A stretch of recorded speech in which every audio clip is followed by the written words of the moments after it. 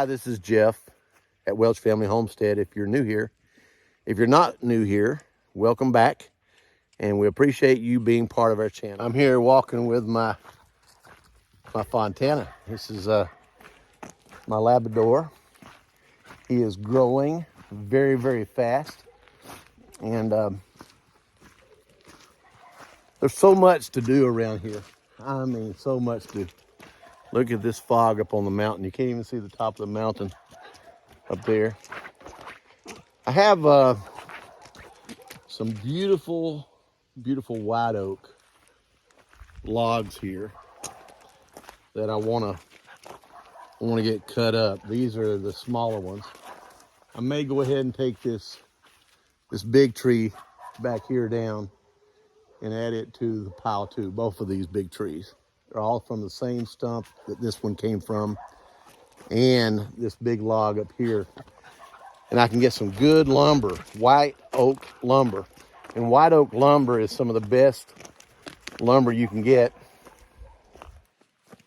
especially if you're making furniture and things like that. But take a look how big this one is. This is a huge log. You can see it there by the scale of Fontana.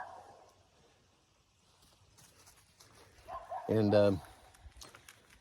it's going to have some good character in this log here. It's got some knots, and I don't think it's hollow in any place. When I look at the other end, I've had it laying here for a couple months. Already getting some cracks in the end of it here. This log is about 24 inches here, probably about 20 inches this way. So it'll be some good quarter sawn, very tight grain, very tight grain. It'll have some very good character to it. The lake is looking good. The lake is looking great. Beautiful, beautiful. Remember how it looked earlier in the year, right? Fontana's gonna have to get in the water. He likes the water. He likes playing in the water. So, I wanna take you over to the sawmill next door. Neighbors are important. That's what I want to talk about today. Neighbors are important. Every neighbor you have has a certain skill set, certain, not only certain skills, certain talents, resources. I have my own resources that I can bless my neighbors with. And in the times that we're in right now, it's important that we share and cooperate with our neighbors and plan for what's around the corner, because you don't know how tough it's going to get. One of the things that helped people get through the Great Depression was their ability to cooperate with each other in community. Excuse my roughness here. I won't look this way the next video. I'm gonna cut my beard shorter, trim up good, and haven't had any reason to lately. So I'm looking like a mountain goat. But cooperating with your neighbors, co-op, community, all are important terminologies that you're going to hear over and over and over within the next several years, within the next several months. The prices of things are rising. One of my next door neighbors, the reason I was mentioning my neighbor, he has a massive circular sawmill. And we're bringing a bandsaw sawmill that is my brother's, that we're going to be setting up on the one of the valleys up here on our farm, where we can cut. He's seeing some goose feathers. He's got a goose feather in his mouth. The geese, Canadian geese, have been playing around on the lake here quite a bit. They nest here every year and have their babies here, and they teach their babies how to poop on my dock. And he's trying to trip me up. So anyway, my neighbor has a phenomenal sawmill. It's been there for years and runs off diesel. He has the ability to cut a lot of lumber in a short period of time. And I'll show you, actually I'll just show you his operation. How about that? And then I'll come right back to you.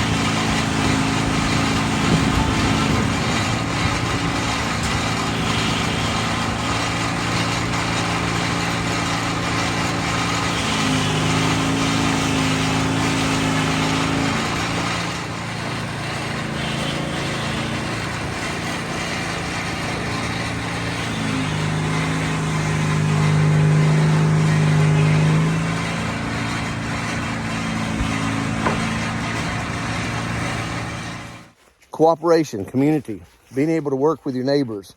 What do you have to offer that they don't have? What do they have to offer that you don't have? And how can you benefit each other when times are tough?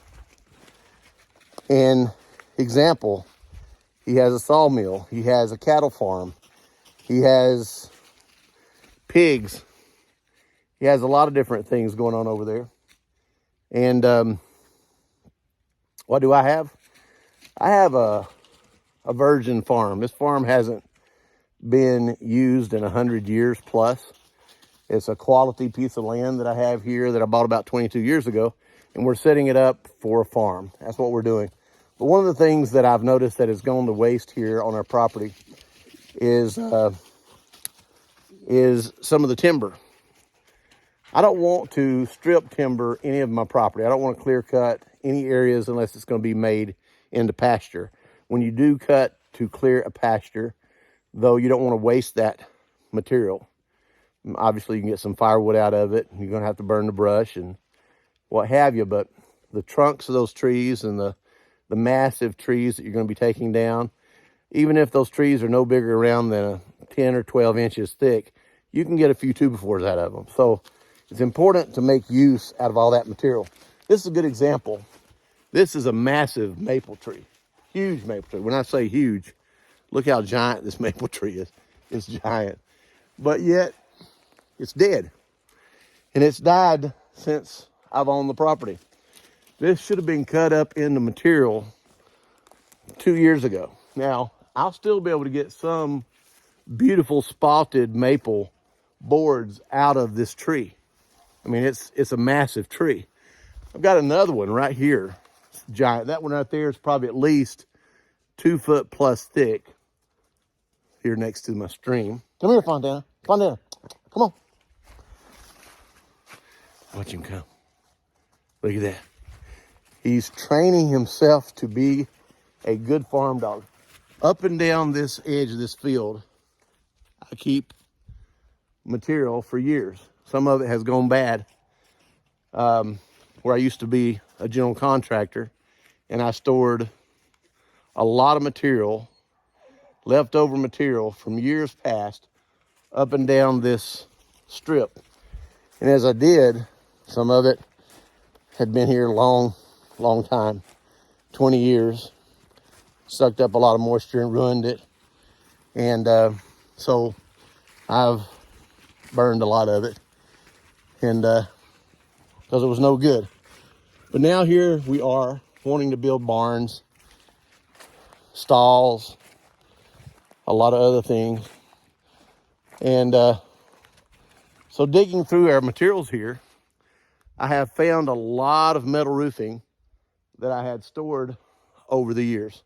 I've got enough roofing here to roof a decent size extra barn, which is going to be one of our next projects. That barn is going to cost hardly nothing. And the reason it's going to cost hardly nothing, we're going to get the timber off this land. We're going to cut it up on this land. And we're going to use the metal roofing that I have to cover the roof. And the fasteners and a little concrete is about the only cost we're going to have in the barn. And I need another barn. This is a stack. Fontaine looks so cute. Look at him. This is a stack of hemlock. Don't know if you know about the hemlock up here in the mountains, but all the way on the East Coast, from Maine all the way down through Georgia, the hemlock was one of the most beautiful trees in our forests. But a disease got into the trees. It was actually a little small critter called the woolly outagig that attaches itself and it injects poisons into the tree and kills the tree. So it's very, very hard to find hemlock anymore. And the gentleman that is one of my neighbors that has a sawmill, he had this stack over at his sawmill, and I got him to deliver this over here to me a while back. So this is all hemlock, and this is beautiful boards. They're already aged. They got some gray patina on them, and I'm going to be utilizing those in our cabin. This is just some fence posts that I have here and some fencing over there that we're going to be using. But very quickly, I want to bring you up here to show you something. You don't make waste of anything. Again, cooperation with neighbors. How do you help each other? This is a great example of how neighbors help each other. I've got another neighbor that's a horse farmer. If he needs some help lifting something, if he needs some help with me bringing my tractor over there with the front end loader or the forklift, I have that resource. I can help him. He'll help me at times. Great neighbor, comes over and checks on me continuously. Now, this here is a giant pile of sawdust from the sawmill. And I don't know if you can see it or not, but it's also horse manure that's being dumped here too. And then I come here and I stir it up, and this becomes my compost for my gardens. Isn't that amazing? Look at this sawdust. Now, when it turns into compost, this is some old sawdust right here. It turns into a rich, organic soil that is very good for the plant matter, the roots, all the natural biomes, all the different things that we need for the soil is generated when the nitrogen mixes with the carbon, with the rain. We get a lot of rain here. I hardly ever have to water this pile. If I dig into this pile, I need to mix it because I've got some fresh manure here, nitrogen. And as I keep it mixed, it gets really hot inside that pile. So if I were to dig into this pile down in here, it is warm as it can be. And you can see it's turned into dirt. Fontaine is exploring through the horse manure. And now the beauty of composting is, especially when you're growing organically, you're gonna get that soil, that sawdust that's breaking down and turning into dirt. That is one of the best additions to your garden. It's gonna loosen your soil. But how does this work with cooperation? I'm getting the horse manure from the horse farmer. It's one of my neighbors. I'm getting the sawdust from the sawmill. That's one of my neighbors. And in turn, I do things for them when they need me. So We all have something to offer. And I know I'm a mess right now. I've been working today, getting some things done. Fontana's having a blast on this pile. He's having fun. So this is a good example. This pile of compost, if I were to buy this much compost, this is 2 dump truck loads of sawdust. I have a lot of manure being brought over to mix as the nitrogen. You usually want about 1 to 35 ratio. 1 of nitrogen, 35 of carbon. You want to make sure you're constantly turning it so it gets the oxygen that it needs. And you want to also keep it wet. Also keep it wet. Now, there's the beauty of living in the country. You may say, well, you have more access to this than any other place. Folks, it doesn't matter where you are, you have neighbors.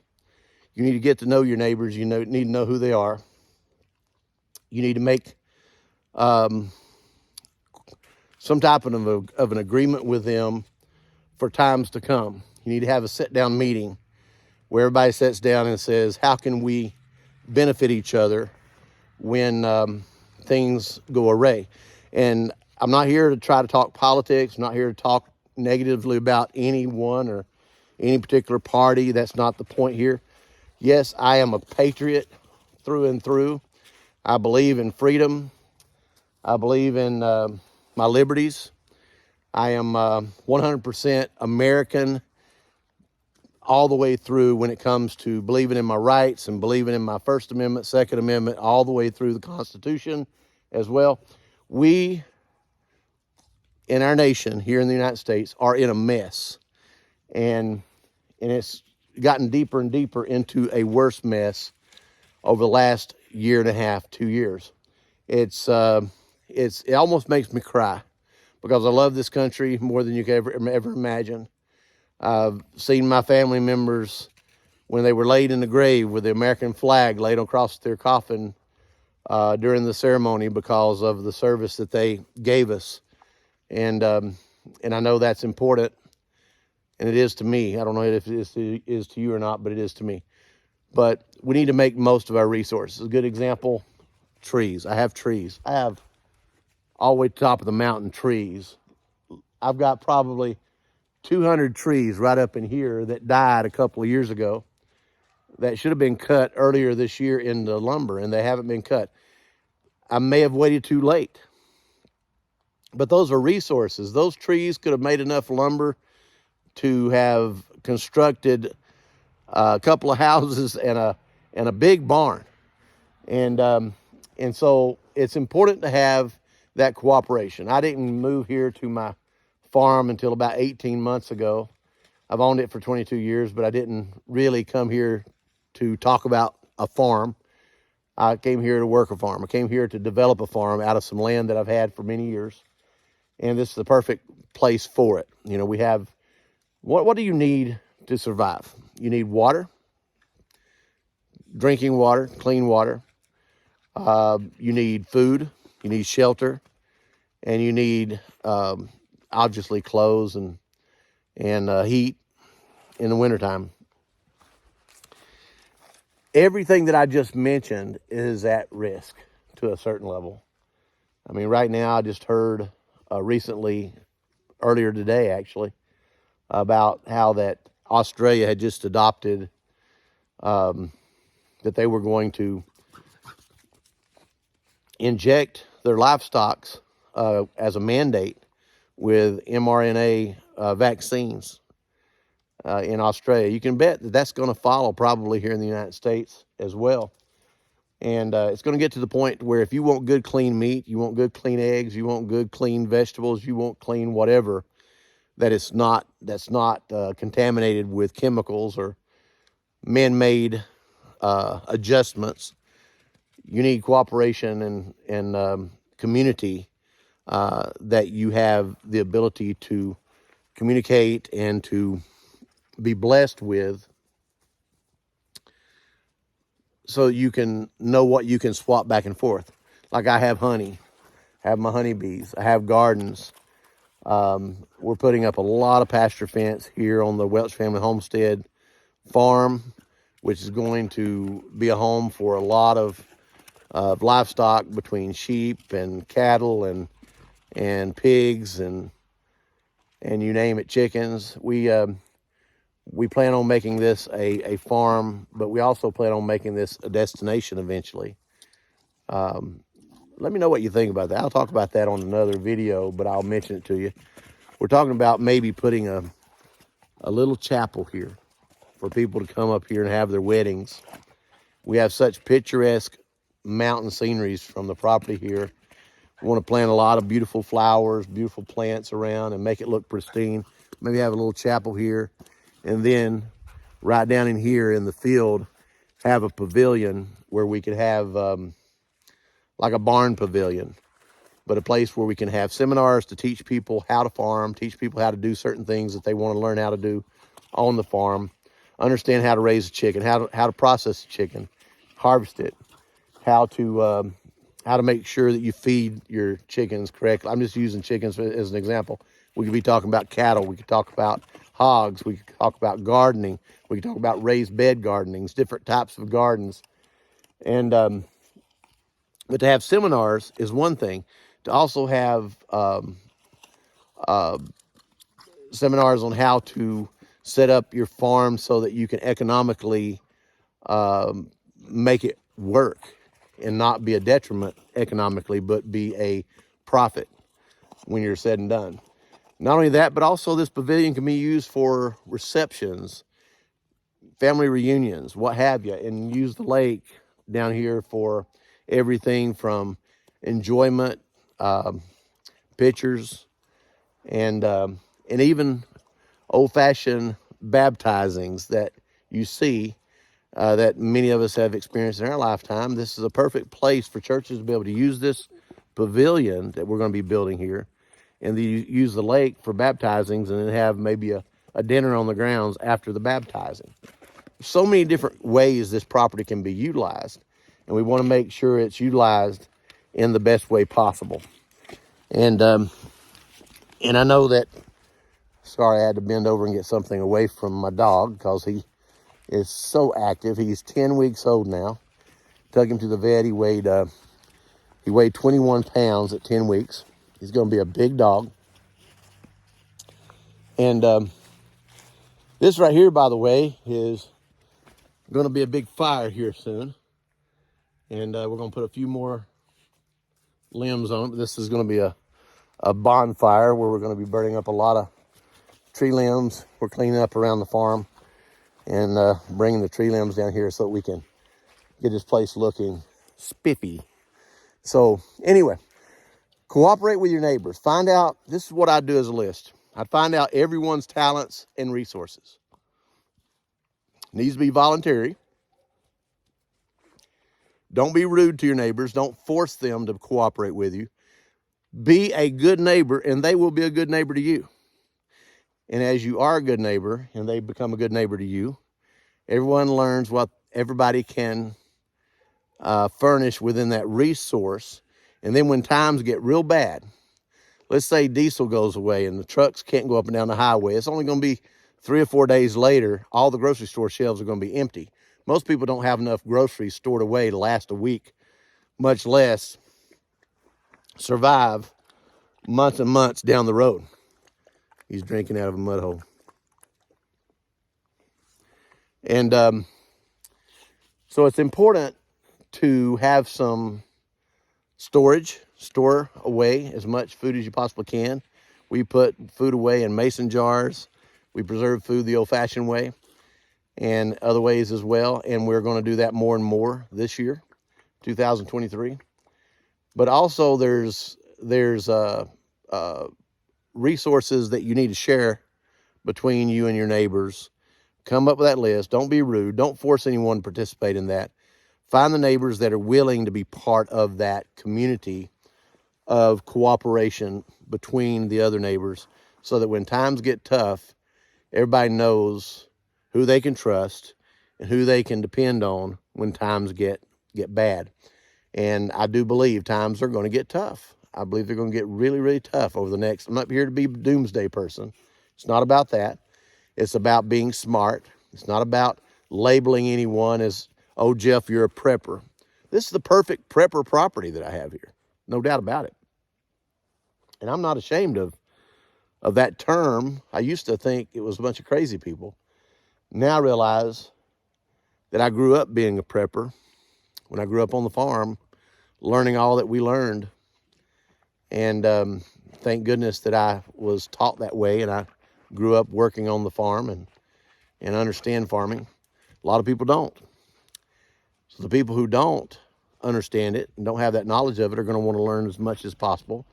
That's why I appreciate everyone. And please subscribe to our channel for other videos much like this so that you can learn as much as you possibly can. So anyway, God bless you. I want to get on with business here today, get some things taken care of, get some things done. May God bless you, keep you, and prosper you, and may you be in good health, even as your soul prospers. God bless you.